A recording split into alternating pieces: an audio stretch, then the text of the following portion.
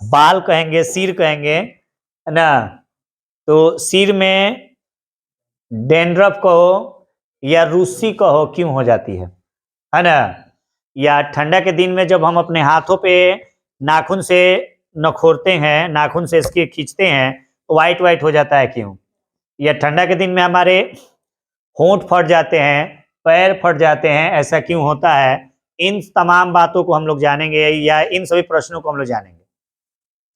सबसे पहले हम लोग जानते हैं कि फफूंदी जो है हमारे पूरे चारों बगल पाया जाता है।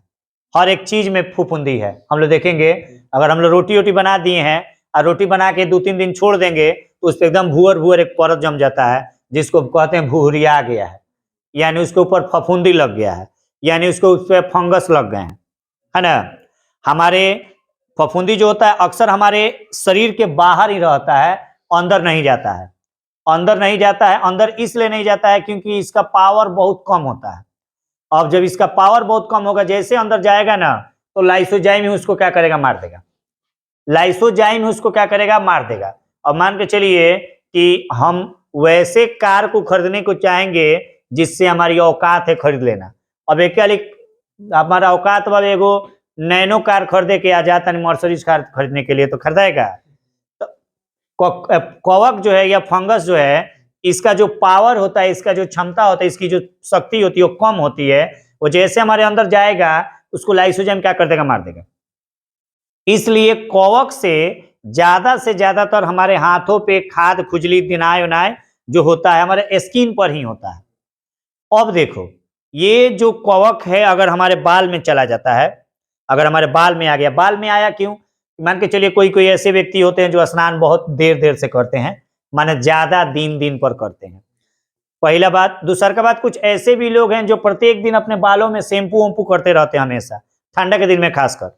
तो इस परिस्थिति में होता क्या है कि जब हमारे ये जो भी तो स्किन है, बाल के नीचे जो हमारा स्किन है, एक चमड़ा है कह सकते हैं, तो इसके ऊपर जब कवक का परत जमता है, तो कवक का जो परत है हमारे शरीर से जो तेल ग्रंथि है, तेल निकालने वाली ग्रंथि है, पसीना निकलने वाली ग्रंथि है, उससे वो क्या करता है, उसको वो खाता है। कवक क्या करता है, उसको खाता है। लेकिन जब कभी भी उसको क्या होता है, उस तेल नहीं मिलता है, तो जब तेल नहीं मिलता है ना, तो बाल के जड़ों को क्या करता है, खोदने लगता है। अब बाल के जड़ों को खोद कर अंदर चल जाता है, जिसकी वजह से हमारा बाल जल्दी जल्दी क्या हो जाता है, टूटने लगता है, झड़ने लगता है। तब हम लोग कहते हैं कि जा हमारे बाल एकदम कमजोर हो गए बवे, तेल खराब रहे तो हई रहे तो और रहे, इस तरह का बहुत तरह का बात हम लोग कहने लगते हैं।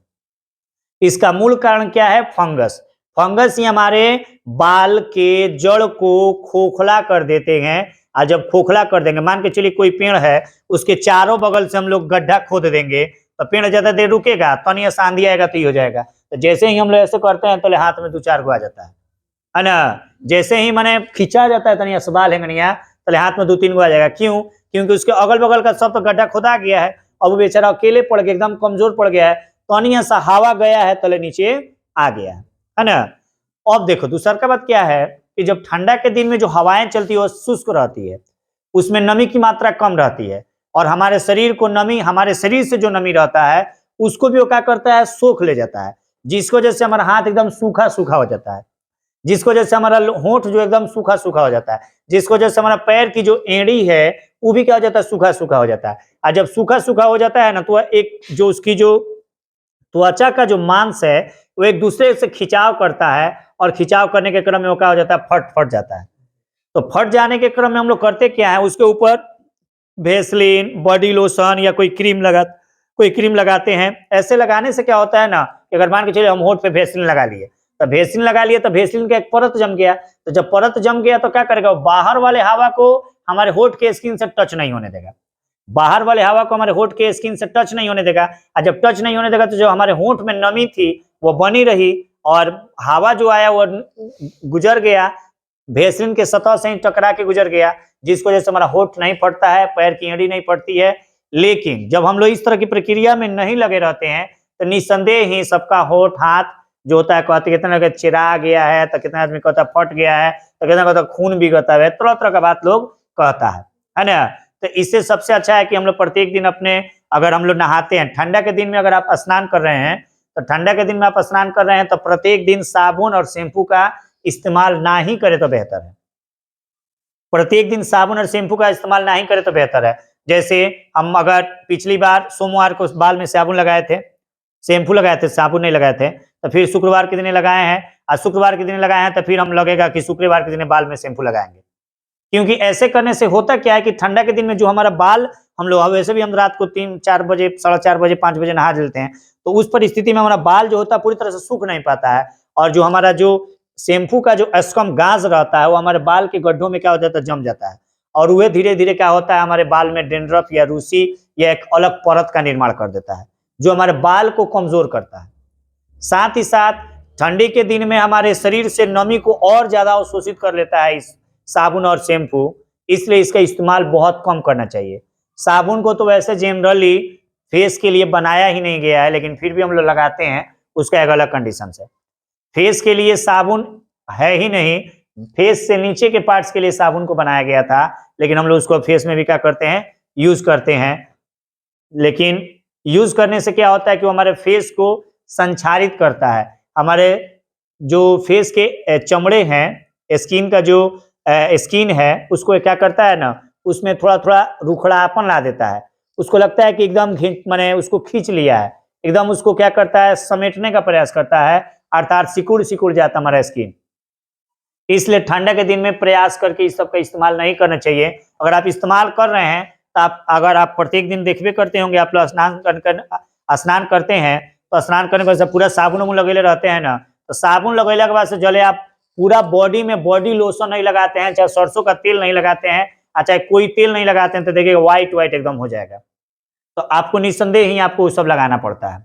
और ठंडा के दिन में सबसे अच्छा उपाय है सरसों का तेल लगाइए, आराम से बाल भी मजबूत रहेगा, बाल करिया का करिया रहेगा, है ना, बाल एकदम मजबूत मजबूत रहेगा, और प्लस क्या रहेगा, हमेशा ब्लैक बना रहेगा, ब्लैक ही रहेगा, बाहर निकल जाता है ना। तो फफूंदी जो होता है क्या होता है, उसका मेन पर्पस क्या है, वो हमारे शरीर के बाहर ही रहता है, अंदर जाने की उसकी औकात नहीं होती है, क्योंकि अंदर जाएगा तो जैसे ही अंदर जाएगा लाइसोजाइम उसको मार के एकदम कचर उचर के फेंक देगा, है ना।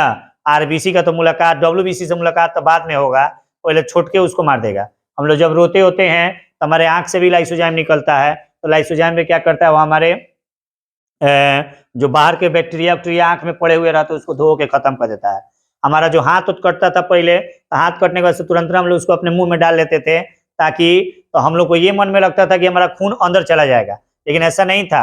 हाथ जब कटता है तो हम लोग तुरंत अपने मुंह में डालते थे, इसका मतलब ये था कि अंदर जो था लाइसोजाइम निकलता है, हमारा जो सलाइवरी ग्लैंड है, सलाइवरी ग्लैंड से लाइसोजाइम भी निकलता है, और लाइसोजाइम क्या करता है, अपनी क्षमता अनुसार उस बैक्टीरिया को क्या करता है, मार देता है, और मार के साथ ही साथ उसका ब्लड का भी सर्कुलेशन क्या करता है, रोक देता है।